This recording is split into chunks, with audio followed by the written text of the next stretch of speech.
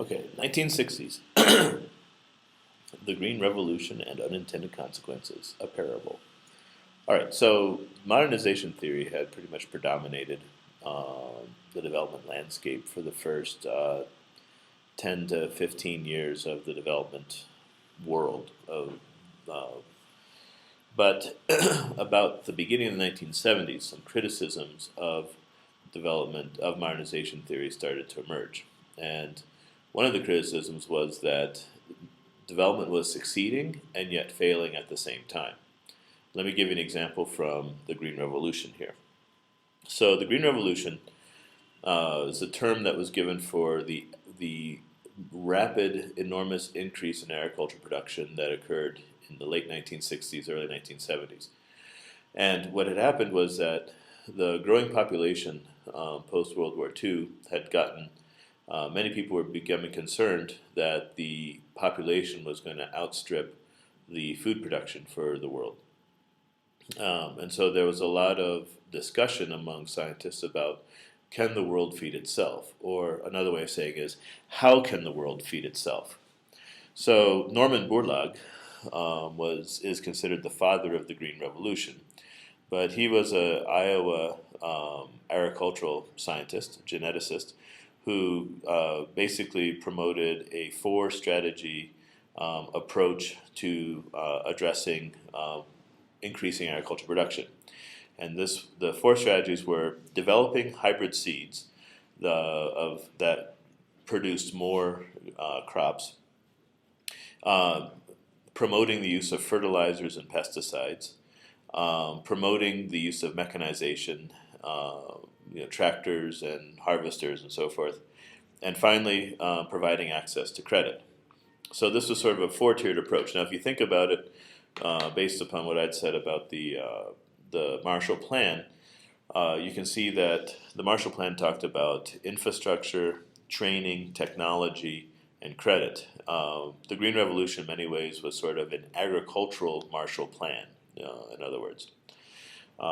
Just to show you how popular Norman Borlaug was, I'm going to pause here from this PowerPoint and show you a YouTube video clip that was sort of discussing some of his work. I don't know what you've been told by farming the food in the days of old, but listen up and take this to the bank. If there's food in your tummy, then you better thank N-O-R to the M-A-N.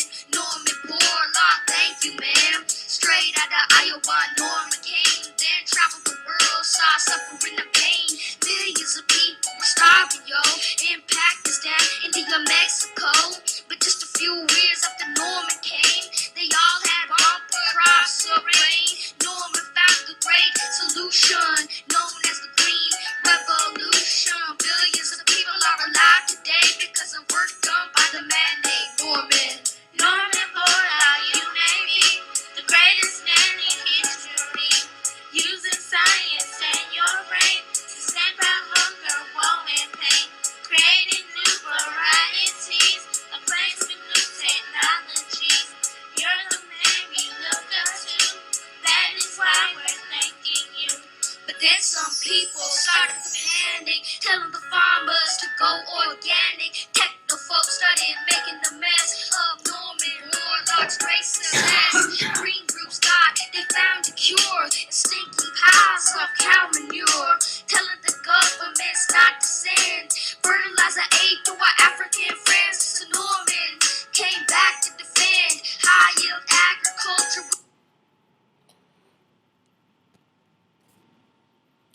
Okay, back to the show now. So, Norman Borlaug was the father of the Green Revolution. Now, if you listen to the rap song, the lyrics were a little difficult to hear, but one of the things that was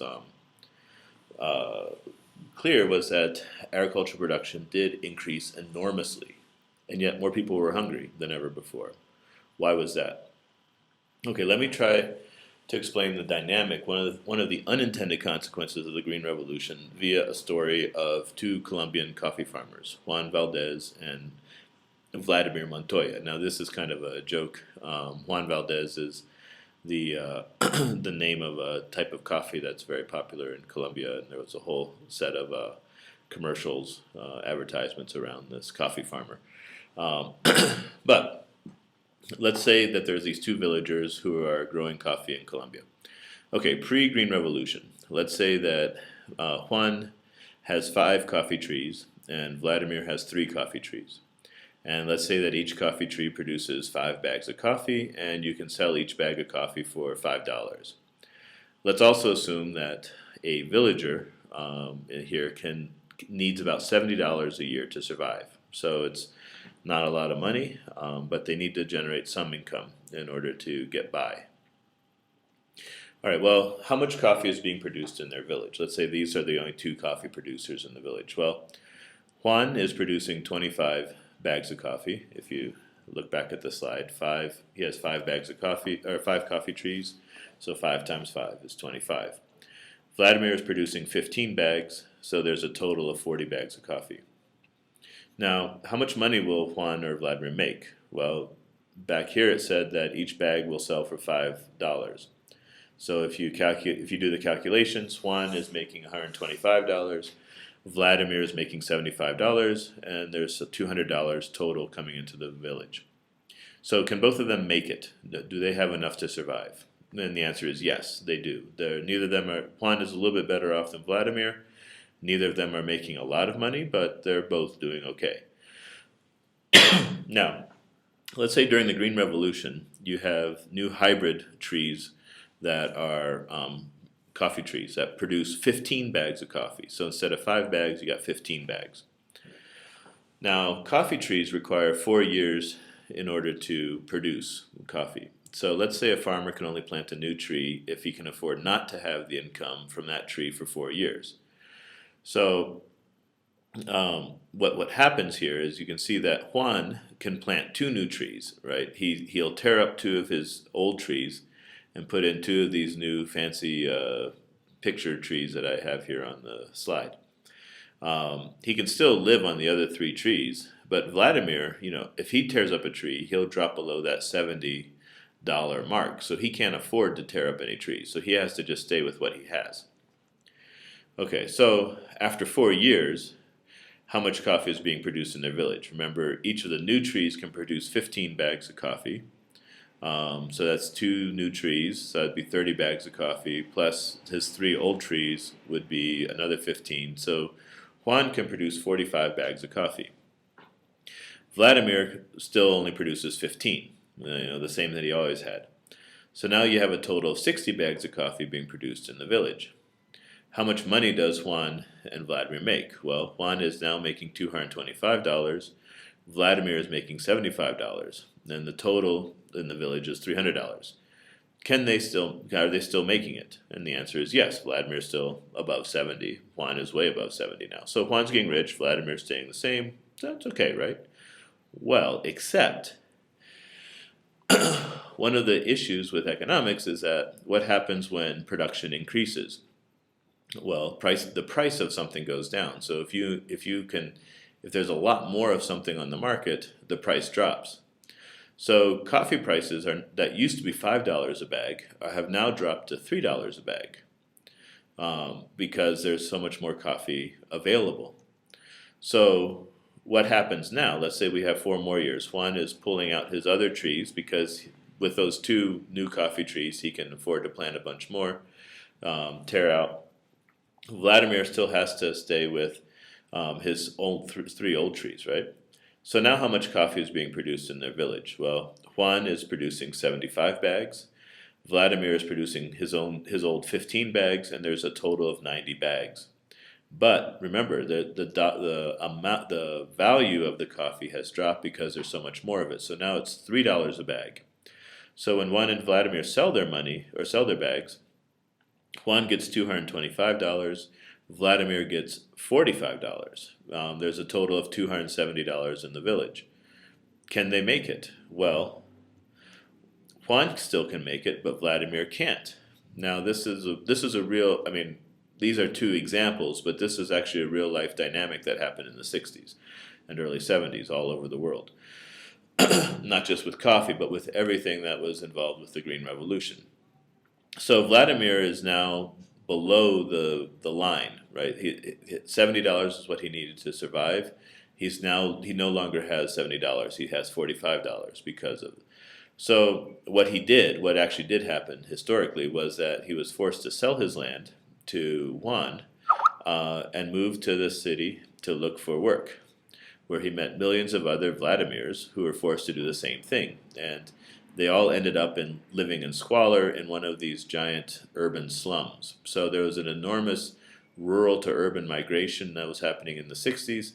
And all of the people who were migrating were these people who were being forced off their land and were looking for new opportunities in the city, and ended up being found in slums.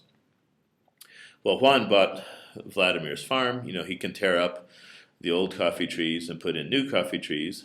And after another 4 years, how much coffee is being produced in their village? So this is 12 years after the Green Revolution started.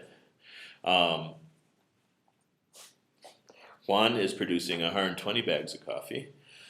Vladimir is producing 0 because he's off in the city now in one of the slums. How much money does Juan and Vladimir make? Well, Juan is making $360.